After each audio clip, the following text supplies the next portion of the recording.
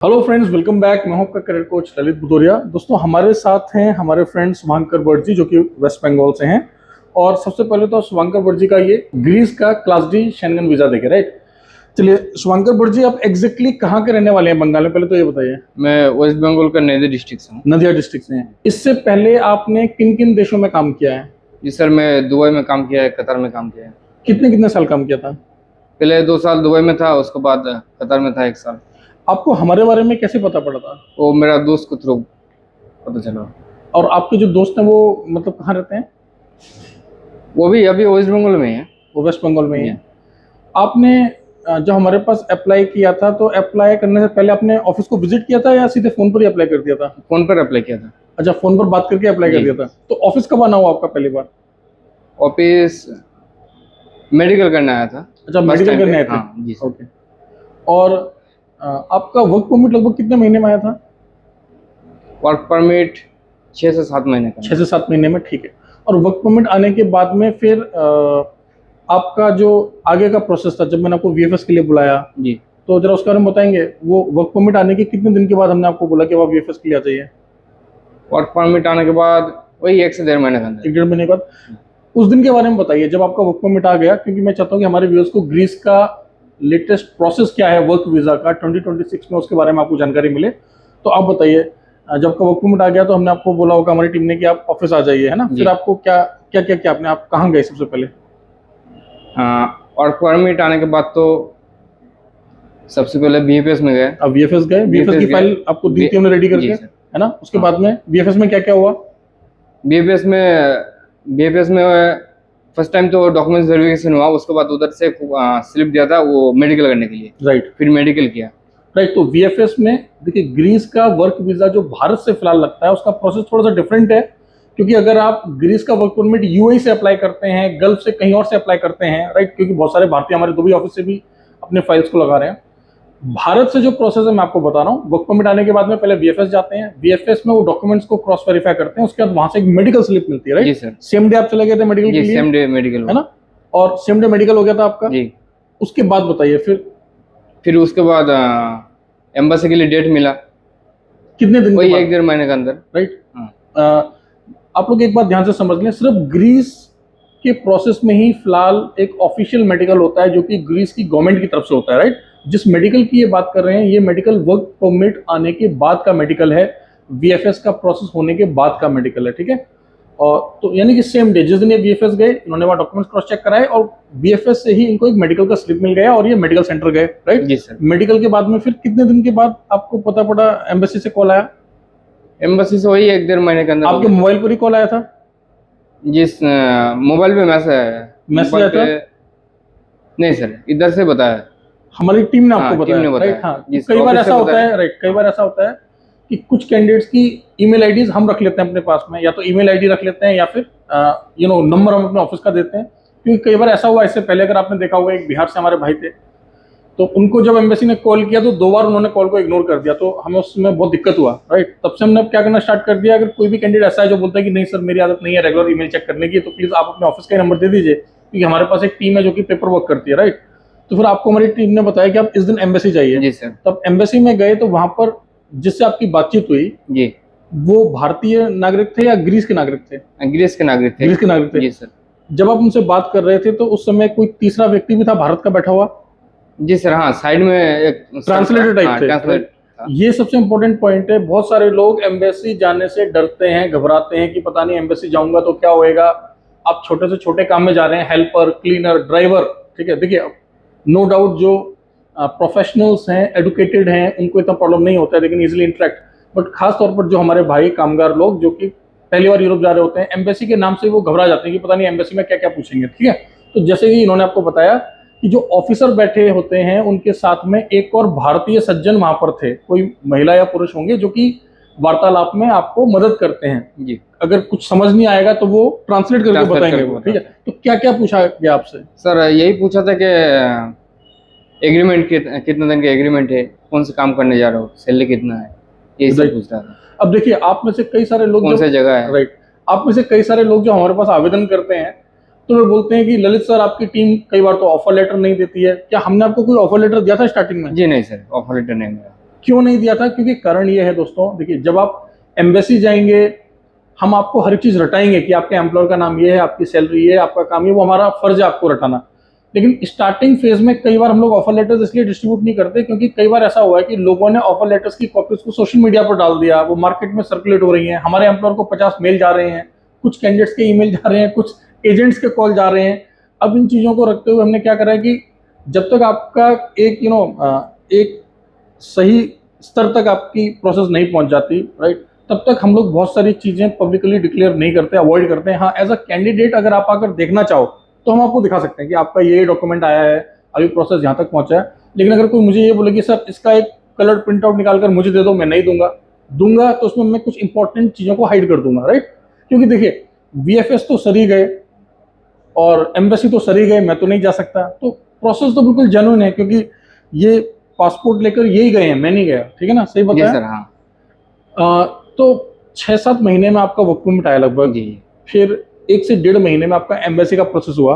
Embassy जाने के कितने दिनों में आपको हमने ये बता दिया कि आपका वीज़ा में स्टिकर लग गया है, वीज़ा मिल सर गया? वो तो सर वीसा सेंटर से मैसेज आया था और इधर से ऑफिस से भी आप लोग बताए हैं, तो उसमें ज़्यादा दिन टाइम नहीं लगता है, 15 दिन ऐसा राइट। लगभग। और इस दौरान क्योंकि ग्रीस के और भी कई सारे लोगों ने कई सारे और ऐसे कैंडिडेट जिन्होंने ग्रीस के लिए अप्लाई किया हुआ था, वो लोग भी कई बार परेशान होते थे कि सर हमारा वर्क परमिट कब आएगा। या अभी भी ऐसे बहुत सारे लोग होंगे, मतलब बहुत सारे, मतलब 5 या 10 लोग होंगे जिन्होंने ग्रीस के लिए अप्लाई कर रखा होगा। तो मैं कई बार ऐसा भी होता था कि इनकी बात करा दिया करता था आपकी, हाँ, जी सर। कि देखिए आप इनसे बात हाँ, करिए। वर्क परमिट आने के बाद आप हाँ, जब इनका लोगों वर्क से परमिट बात आया करें। तो ऐसा हम लोग आमतौर पर करते हैं, ठीक है। बल्कि हम यहाँ तक करते हैं कि जो लोग जा चुके हैं उनसे भी कई बार बात करा देते हैं, जिससे कि आपका एक कॉन्फिडेंस बिल्डअप हो, ठीक है दोस्तों। तो ये था एक सक्सेस स्टोरी। देखिए सर कहाँ से आते हैं? वेस्ट बंगाल से आते हैं, नदिया डिस्ट्रिक्ट से। हमारा रजिस्टर्ड ऑफिस नई दिल्ली में है। मेरा खुद का घर जो परमानेंट हाउस है, वैसे तो मैं देहरादून उत्तराखंड का रहने वाला हूँ, कुछ तरह से पता है। हाँ, नोएडा में भी मेरे पास रहने की व्यवस्था है, दुबई में भी हमारे पास रजिस्टर्ड ऑफिस है। आप लोगों के प्यार से आने वाले समय में हम कोशिश कर रहे हैं कि मुंबई में, कोलकाता में ब्रांचेस ओपन की जाएं। लेकिन आप लोग इंतजार मत करिए, आप लोग अपना समय व्यर्थ ना करें, हमारे नई दिल्ली ऑफिस से ही आवेदन कर लें, ठीक है। और यूरोप में अप्लाई करने से पहले इन बातों का ध्यान रखें कि वर्क परमिट आने में कई बार 6 महीने, 7 महीने, 8 महीने लग जाते हैं। वर्क परमिट के बाद भी 2-2.5 महीना लग जाता है। डिपेंड करता है कि आप किस कंट्री का प्रोसेस कर रहे हो। थोड़ा PCC का हम डिस्कस करना भूल गए, आपसे PCC मांगा गया था, जी सर। है ना? PCC कब कब मांगा गया आपसे? पीसीसी सर जब अप्लाई किए थे वर्क परमिट आने से पहले, उस टाइम स्टार्टिंग में मांगा था और वर्क परमिट आने के बाद फिर मांगा दोबारा से? फिर जरूरत नहीं पड़ी। वर्क परमिट के बाद नहीं मांगा, राइट। नहीं, यानी कि उसका ग्रीस डेट के प्रोसेस में हमने स्टार्टिंग में ही इनसे PCC लिया था सिर्फ एक बार, राइट। और इसके अलावा बर्थ सर्टिफिकेट आपसे मांगा गया जी होगा, सर, बहुत है ना? हाँ। तो बर्थ सर्टिफिकेट का ध्यान रखना है अगर आप ग्रीस का प्रोसेस कर रहे हैं। अब ध्यान रहे, सिंगल नेम वाली प्रॉब्लम ग्रीस में आमतौर पर होती है। बर्थ सर्टिफिकेट आमतौर पर ग्रीस में चाहिए होता है। एक और बात, ग्रीस का मेडिकल, ठीक है, प्री मेडिकल तो हम सभी का कराते ही हैं, लेकिन ग्रीस फिलहाल एक ऐसा शेंगन देश है जिसका वर्क परमिट आने के बाद में एक और मेडिकल होता है जिसकी रिपोर्ट ग्रीस गवर्नमेंट को जाती है, हमें नहीं मिलती, जी सर। ठीक है। जब उनका वर्क परमिट आ गया, ये VFS गए, VFS के बाद उनको मेडिकल स्लिप मिली, ये ग्रीस गवर्नमेंट से ऑथराइज्ड मेडिकल सेंटर पर गए। अपनी इच्छा से नहीं जा सकते वो, हमने इनको रेफरेंस नहीं दिया कि इस मेडिकल सेंटर में जाओ। वो ग्रीस गवर्नमेंट के पैनल पर जो मेडिकल सेंटर था, ये वहां गए, वहां पर उनका मेडिकल हुआ और उसकी रिपोर्ट जो है डायरेक्टली ग्रीस गवर्नमेंट को भेज दी गई। जब पॉजिटिव रिपोर्ट गई उसके बाद इनको बुलाया गया एम्बेसी में। और देखिए जब एम्बेसी जाते हैं तो सिर्फ ज्यादा से ज्यादा आपका नाम पूछ लेंगे, वो आपसे किस कंपनी में जा रहे हो, किस काम में जा रहे हो, सैलरी क्या है, मेरे ख्याल से इससे ज्यादा कुछ पूछते नहीं है, हाँ, वो इतना ही। क्योंकि देखिए वे लोग ये जानना चाहते हैं कि कहीं कुछ ऐसा तो नहीं है कि आपको गलत बताया गया, कहीं ऐसा तो नहीं कि आपको सैलरी ज़्यादा बता दी गई, कहीं ऐसा तो नहीं कि कैंडिडेट को अपना काम ही नहीं पता। तो एक तरह का क्रॉस वेरिफिकेशन होता है, ना कि इंटरव्यू होता है। तो प्लीज़ आप जैसे यूनाइटेड स्टेट्स ऑफ अमेरिका के B1 जो 10 ईयर मल्टीपल एंट्री वीज़ा होता है, उसका इंटरव्यू होता है, उसमें अगर इंटरव्यू में पास हो गए तो वीज़ा मिलेगा, नहीं पास हो तो वीज़ा नहीं मिलेगा, ऐसा कुछ नहीं होता भाई। ग्रीस आप जाएं या बुल्गारिया की बात हो या रोमानिया की बात हो, अगर इन देशों में आपको एम्बेसी जाना पड़े तो बिल्कुल टेंशन फ्री होकर जाइए। आप पेज लेकर जाइए जिसमें लिखा हो आपकी कंपनी का नाम, सैलरी, आप वर्क परमिट की एक एक्स्ट्रा कॉपी ले जा लो। कुछ ऐसा नहीं कि रटा रटाया होना चाहिए, या आपका उच्चारण बिल्कुल स्पष्ट होना चाहिए, क्योंकि कई बार इनकी जो शब्द होते हैं, नाम होते हैं, वो इनकी खुद की भाषा में होते हैं, तो हमें उच्चारण करने में दिक्कत आती है। तो बिल्कुल भी घबराने की आवश्यकता नहीं है। बस आपको अपना काम पता है, नाम पता है, किस कंपनी में जा रहे हैं, क्या काम करेंगे, पगार कितना मिलेगा, बात खत्म हो गया। वीजा कौन सा है, कितने टाइम का, ये तो आपको वैसे इतने महीनों में आप रट लेते हैं। जो हमसे बात करते हैं, मैडम किधर जा रहा हूँ, पहले दिन ही आप ये सब पूछ लेते हैं, ठीक है। तो चलिए, आप सबकी तरफ से मैं भाई को बहुत बहुत शुभकामनाएं देता हूँ, ठीक है। अच्छा, हम लोग फेस टू फेस पहली बार मिल रहे हैं? जी नहीं सर, पहले 2 बार मिले। हम लोग कब मिले थे इससे पहले? एक्चुअली सर आपने मैं पहले कहीं और अप्लाई किया होगा इससे और पहले? अप्लाई किया था। Very good. अब आप देखो, ये इंपॉर्टेंट बात है कि सर का वीजा फर्स्ट अटेम्प्ट में नहीं लगा है।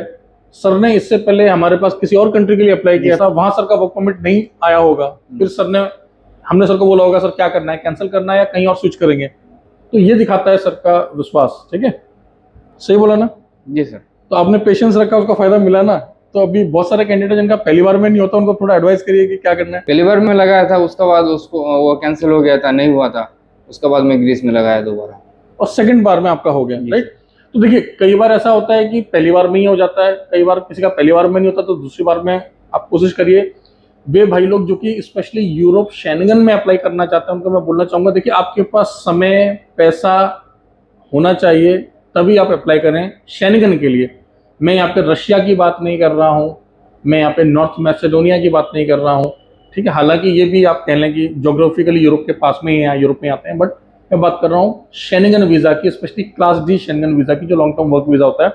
उसके लिए आपको समय चाहिए होगा, क्योंकि कई बार वर्क परमिट आने में आगे पीछे हो जाता है, कई बार वर्क परमिट आ जाता है तो एम्बेसीज में मान लो अपॉइंटमेंट नहीं मिल रहा है, या VFS या BLS का अपॉइंटमेंट नहीं मिल रहा है, तो कई बार आपको थोड़ा सा पेशेंस रखना पड़ता है, ठीक है। तो इस बात का आपने ध्यान रखना है कि गल्फ की तरह काम नहीं होता है यूरोप का। यूरोप जो गया वो लॉन्ग टर्म के लिए गया, ठीक है। बहुत सारे आपको लाभ पता ही है, शेंगन वीजा पे जाने के क्या लाभ होते हैं, ठीक है। और मैं अपने पिछले कई ब्लॉग्स में बता चुका हूं कि आने वाले समय में हम लोग यूरोप के अंदर अपना एक ब्रांच ऑफिस ओपन करेंगे जून 2026 में। आपको पता ही है, मैं खुद शेंगन गया था, 4 देशों का मैंने विजिट किया। तो आने वाले समय में भी ग्रीस के साथ साथ बुल्गारिया, रोमानिया, माल्टा, ठीक है। माल्टा की लेटेस्ट वैकेंसीज आ चुकी हैं, प्लीज आप चेक कर लें, ठीक है। स्लोवेनिया, लिथुआनिया, जर्मनी की कुछ वैकेंसीज हम लेकर आए हैं आपके लिए, जिनमें लैंग्वेज बैरियर नहीं है। तो शेंगन की मल्टीपल कंट्रीज की वैकेंसी चल रही हैं, प्लीज अप्लाई करें। कम बजट में जाना है, जल्दी जाना है तो गल्फ जाएं। गल्फ की बहुत सारी वैकेंसीज हैं, आप दिल्ली ऑफिस में आकर गल्फ के लिए काउंसलिंग करवा सकते हैं यहीं पर ही, कोई प्रॉब्लम नहीं आपको, ठीक है। गल्फ की बैक टू बैक वैकेंसीज ला रहे हैं। देखिए, करियर स्टेप बाय स्टेप बनता है, शॉर्टकट लेने की आवश्यकता ना करें, अपने बजट को ना खींचें। अगर आपके पास बिल्कुल सेविंग नहीं है, आपका जो है फाइनेंशियली आप स्टेबल नहीं है, मतलब आपको मैं साधारण भाषा में बताऊं तो अगर आप आर्थिक तौर पर सशक्त नहीं है, आपके पास पैसा नहीं है, तो कोई कर्जे पर लेकर बड़े देश में जाने का प्रयास नहीं करें। आप सर के एग्जांपल से देखिए, ये पहले 2 देशों में गए, इन्होंने वहां पर पैसा कमाया होगा, तभी तो इनके अंदर पेशेंस था ना। इनके अंदर इतना पेशेंस क्यों था? क्योंकि ये पहले 2 देशों में घूमकर आ गए थे, तो उनको पता था कि कई बार टाइम लग जाता है। सही बोला ना? ठीक है। तो आपने भी सर का उदाहरण समझना है। अगर पहली बार जा रहे हैं तो कम निवेश में गल्फ चले जाओ, थोड़ा और अच्छा करना है तो रशिया वगैरह चले जाओ, जो थोड़ा बीच के हैं। हाँ, और अगर आपके पास पैसा भी है, समय भी है, आपका काम धंधा भारत में सेट है, कोई दिक्कत नहीं है, तो फिर आप शेंगन से बढ़िया तो कुछ है ही नहीं। यूरोप तो यूरोप है, यूरोप से बढ़िया कुछ नहीं है। चलिए, एक बार फिर मैं आप सबकी तरफ से भाई को बहुत बहुत शुभकामनाएं देता हूँ। मिलते हैं कुछ नई सक्सेस स्टोरीज के साथ। Thank you very much, all the best.